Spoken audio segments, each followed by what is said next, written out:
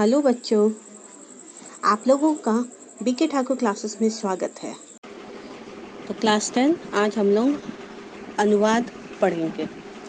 आप लोग को पता है कि आप लोग की परीक्षा में 5 नंबर का ये प्रश्न रहता है, अंग्रेजी से हिंदी में अनुवाद करना, और यह अनिवार्य होता है।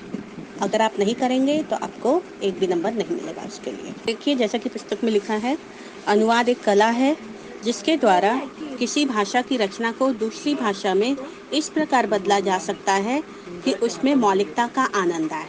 अर्थात अनुवाद करते वक्त हमें यह भी देखना है कि हम जब एक भाषा से दूसरी भाषा में बदलेंगे तो उसकी जो मौलिकता है, उसकी जो मूल बातें हैं, जो मूल भाव है, वो उसी प्रकार का दूसरी भाषा में पढ़ते वक्त भी हमें मिलना चाहिए। और यदि अनुदित वाक्य मतलब जिसका हमने अनुवाद किया है, उसका जो संदर्भित निबंध है, अगर हम निबंध का अनुवाद कर रहे हैं या अगर हम कहानी का अनुवाद कर रहे हैं या किसी वाक्य का अनुवाद कर रहे हैं, लोकोक्ति या मुहावरे का अनुवाद कर रहे हैं, तो अगर उसका अनुवाद अगर सटीक ना हो तो पढ़ने में पाठक को अरुचि और कठिनता का अनुभव होने लगता है।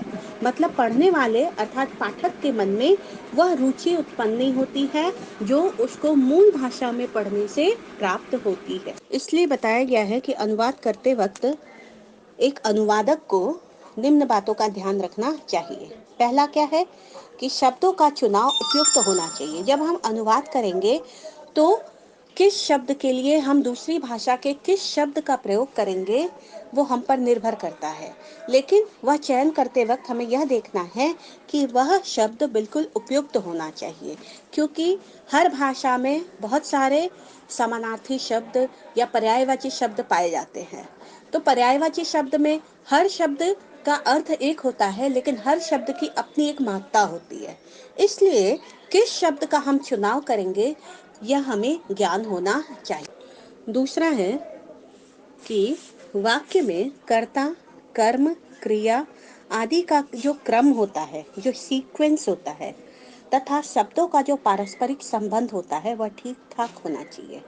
अर्थात जब हम अंग्रेजी का एक वाक्य लेते हैं तो हम देखते हैं कि अंग्रेजी के वाक्य में जो क्रिया होती है वह मध्य में होती है, और उस परंतु हिंदी में हमारी जो क्रिया होती है वह लगभग अंतिम में पाई जाती है।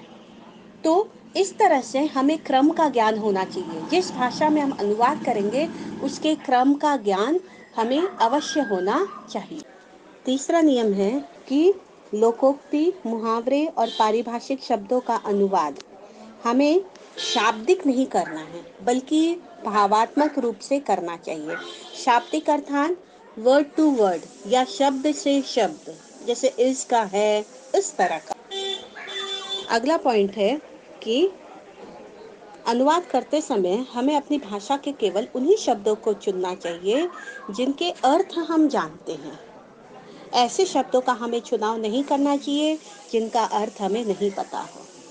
पांचवा पॉइंट है कि जहां हम एक से शब्द से काम चला सकते हैं वहां हमें एक से अधिक शब्दों का अर्थात उसके पर्यायवाची शब्दों का प्रयोग नहीं करना चाहिए।